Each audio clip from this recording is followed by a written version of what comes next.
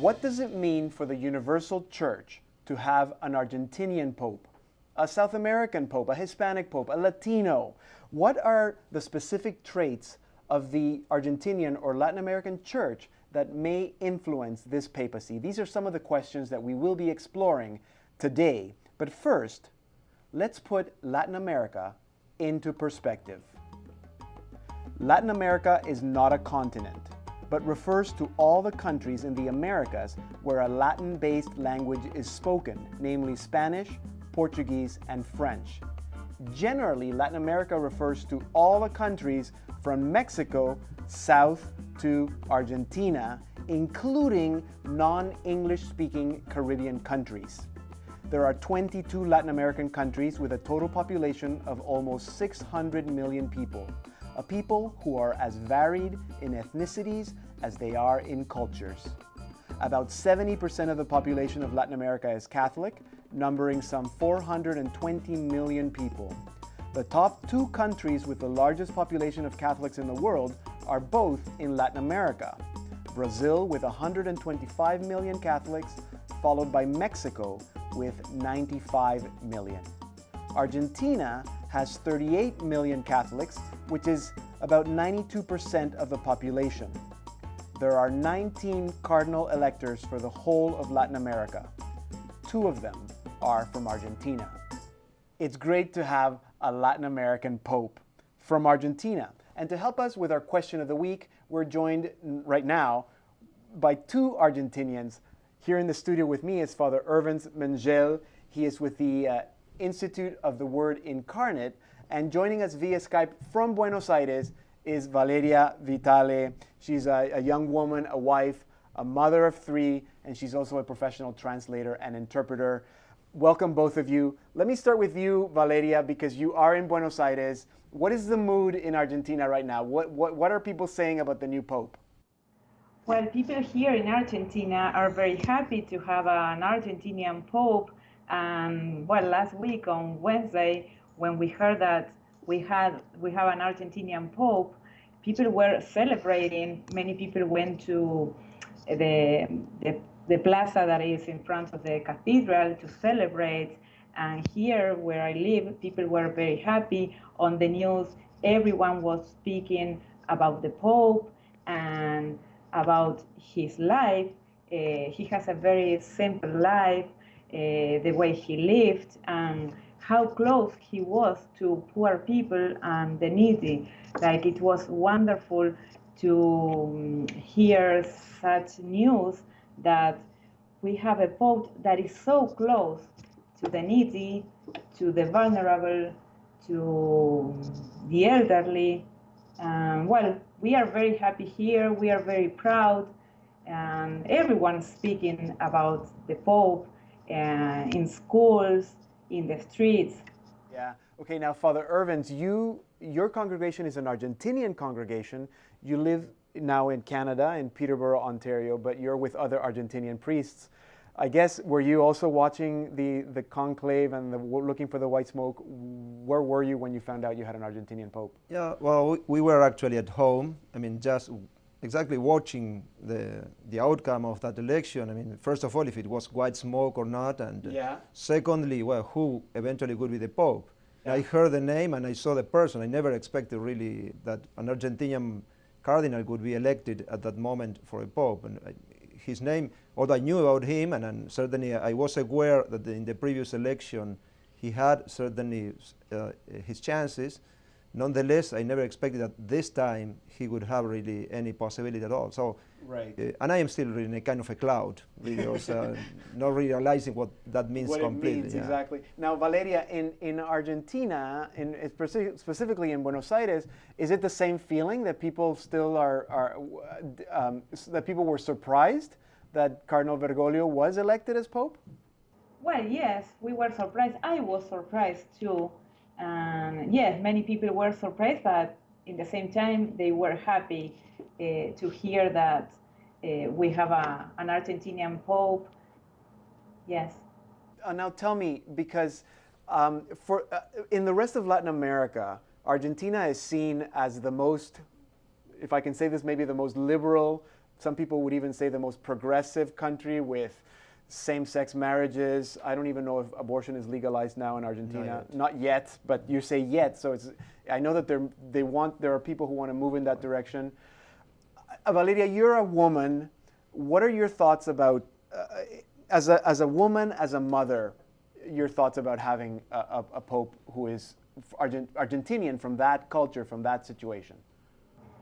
Well, I'm very happy because I think he's going to give a great message to the heads of states, and I think he's going to give a great message to the government here in Argentina, because our government is trying to liberalize a lot of things that are very important to us, and especially regarding the family, regarding the abortion. Well, you know that Cardinal Bergoglio was in favor of family. He was against abortion. So I think now he's going to show his message to our country and to all the world. Yeah, of course. Father Ervens, would you say that there are some differences between the church? Because I don't want people to think that Latin America is all the same. Mm-hmm. And the church in Latin America, it's maybe not even fair to talk about the church in Latin America. Are there any difference between the church in Argentina and the church in other Latin American countries, would you say? Well, it's kind of hard to take Argentina as a whole, in the sense that there are different regions, and especially those who are evangelized by the Spanish are, I would say, closer to what you might see in Peru or in Mexico, that kind of religiosity, while places like where I am from, for instance, the southern part of Argentina, is a different way of living the faith. Yeah. There are certain differences, and you pointed out because Argentina received really a very huge immigration from Europe. Yeah, which Italian and German, particularly. Yeah. Yeah, and which is not the same for other countries. At least in what I visited, I visited several of them. Mm-hmm. So that it creates certainly a very unique background in the case of Argentina. Yeah. For years, Argentina was a sort of leading country in South America. I wouldn't say the same right now, because the situation has changed. And as far as religiosity goes, other countries like Mexico, Peru are more religious than ours, I think, in what I've seen. Still, Argentina, as you mentioned, is a predominantly Catholic country. Yeah, of course. Now, both of you, you're living in Canada now. You've been here for 3 years. You also lived in the States. Right. And Valeria, I know that you also were in Toronto during World Youth Day 2002, but you also lived in New York. So how would you compare, and maybe I'll start with you, Valeria, how would you compare the church in Argentina with the church that we know here in North America? Well, as Father Ervens said, we received a lot of European immigration, a lot of Italians, so I think they transmitted those values or the culture. So that's the different way we live our religion, maybe the way we pray or the way we express our religiosity. Right, and Father Ervens, how is that then different from the way we express it here in North America? Well, the place where I saw it closer to what we might see in Latin America or Hispanic America is perhaps the St. Joseph Shrine in Montreal. When I was there, I could see a similar experience that we have in our countries. So very sensible in a sense, very expressive, very much attached really to concrete elements like a shrine, the saints, especially the Blessed Virgin Mary.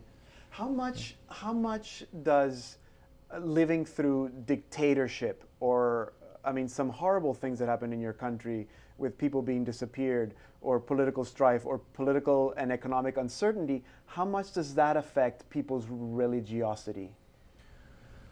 Oh, well, that's really a difficult question to answer because when that happened, especially in the 60s and the 70s, democracy came back in '83. When that happened, it was still the period of the Cold War, so it was not as clear as we might see it now. And many people, I would say most simple people, especially those like the most humble people in the country, were not really into that. They kept somehow the religiosity, especially in what is the northwest and northeast regions of Argentina. And they are basically in the same way, the same sort of living religion, although today I guess the impact of the media and the liberalism of the Western culture has certainly affected in different ways. Right, and in that sense, it's very similar to North America. Yeah, some part of that it's similar. Yeah. But I would say that the simplest people still keep that religiosity and at times perhaps bordering some sort of superstition attitude. Right. But still they are very much attached, particularly to the devotion to the Blessed Virgin Mary or the saints. Yeah, actually, I want to get back to that, but we're going to take a little break. So don't go anywhere. It's a short break. When we come back, we'll continue this conversation. We're asking what it means for the Universal Church to have an Argentinian, a Latin American Pope. So stay tuned. Let us know your perspective.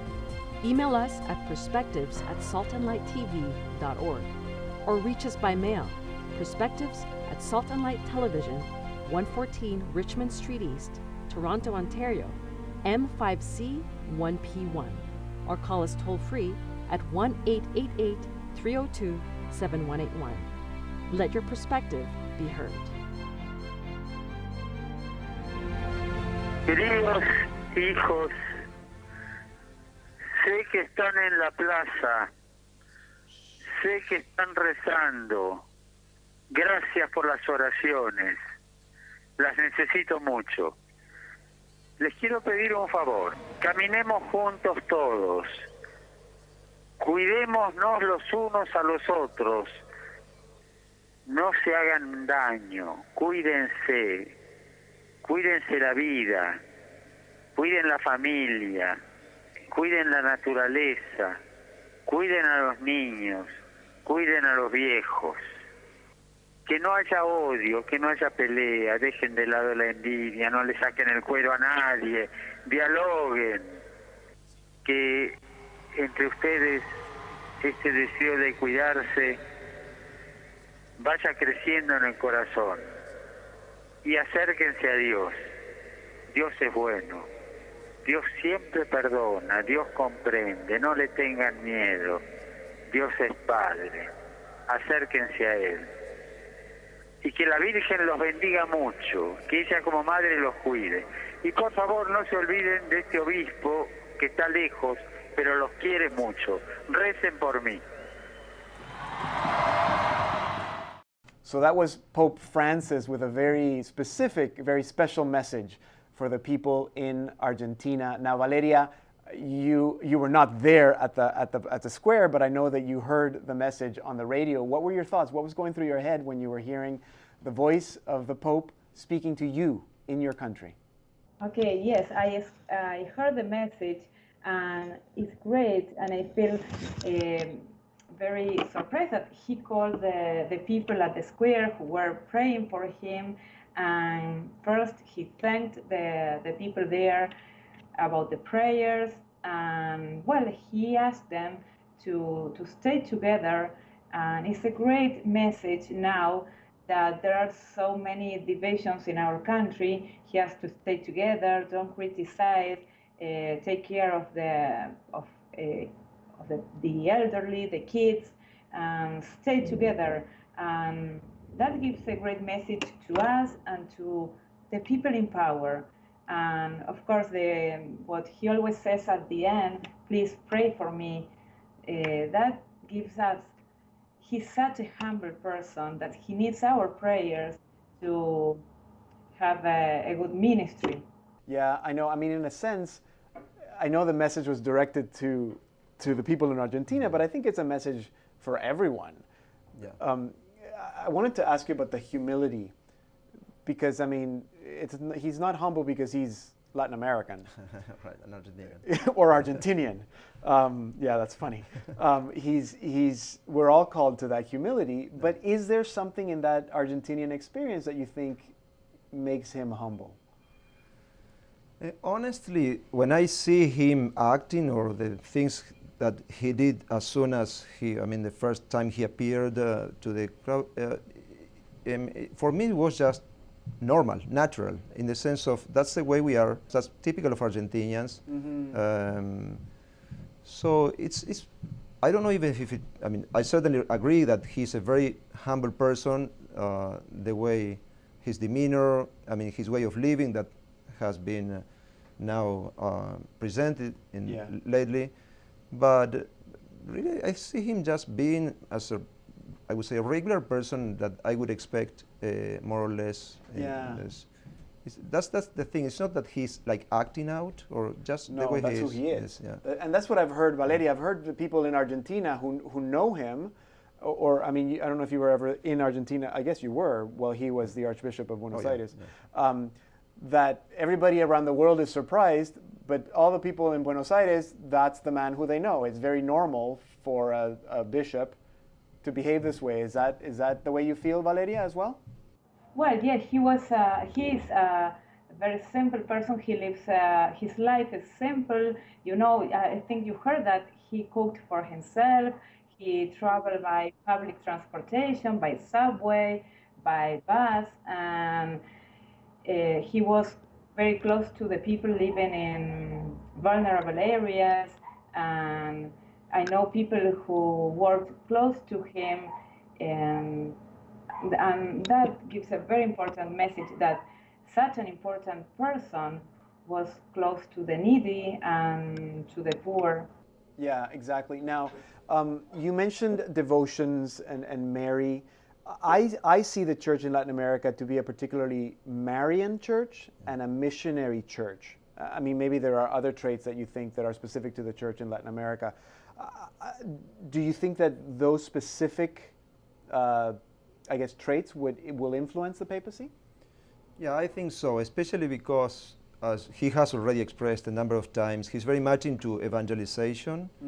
And in the Catholic tradition, the evangelization is always really closely related with the Blessed Virgin Mary and devotions, especially because there is something that is proper to the Catholic culture, which is something that the Pope expressed also several times, like taking care of each other, being a family. Right. And the Blessed Virgin Mary certainly is part of the family, and it's one of the most important parts. Yeah. So we cannot really put her out of the entire picture. You can't separate Mary and church. Yeah. Right. So that's one of the reasons why, also for us, as Catholic and Hispanic, it's very natural to have the Blessed Virgin Mary always there.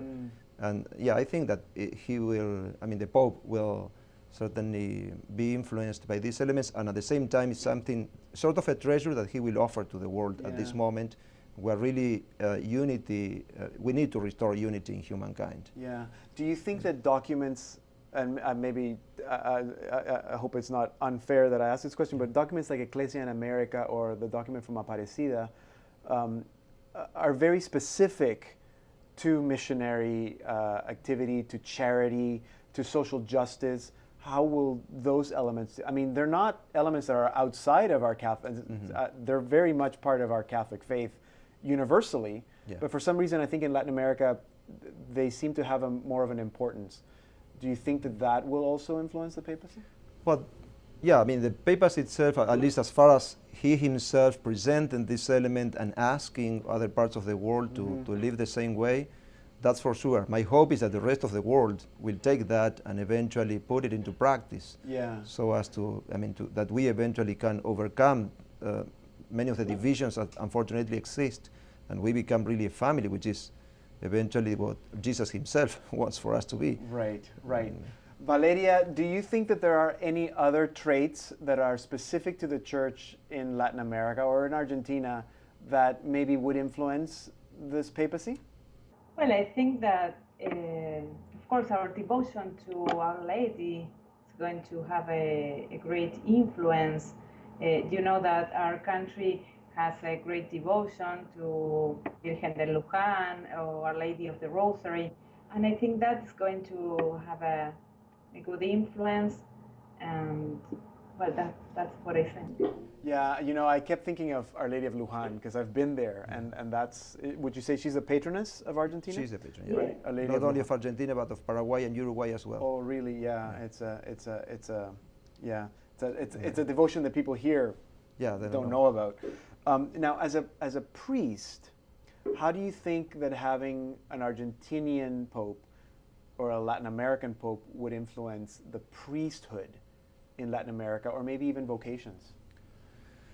Well, I think it will be very influential. I mean, not only because it's the first time, but I mean, certainly when somebody from your own country somehow, or from your own region for a Hispanic, reaches that stage, you feel identified with him in one way or another. Yeah. I mean, I realized that even although I certainly had great respect and devotion for the previous Pope, especially John Paul II and Benedict, who are the popes that I lived with, now I realize that I feel differently, I mean, about this man, especially because, well, I know kind of that I feel the responsibility of praying more or doing more for the Pope, being from my own country. And I guess the Hispanics feel kind of the same way. There has been always a devotion to the Pope in Hispanic America, but now I think that they will experience it as something much closer.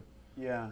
So maybe just in closing, because we're almost out of time, what do you think it means for the Universal Church that we have an Argentinian Pope? Valeria, let's start with you. Okay, first of all, we feel very proud. We feel we are going to have a very close Holy Father. He will be very close to us and to all Latin American countries, and of course to all the people in the earth. But he knows firsthand the needs of the people here and in Latin America, the needs of the poor, the vulnerable, because he has worked close to them. Yeah, and Father Ervens, what do you think it will mean for the Universal Church?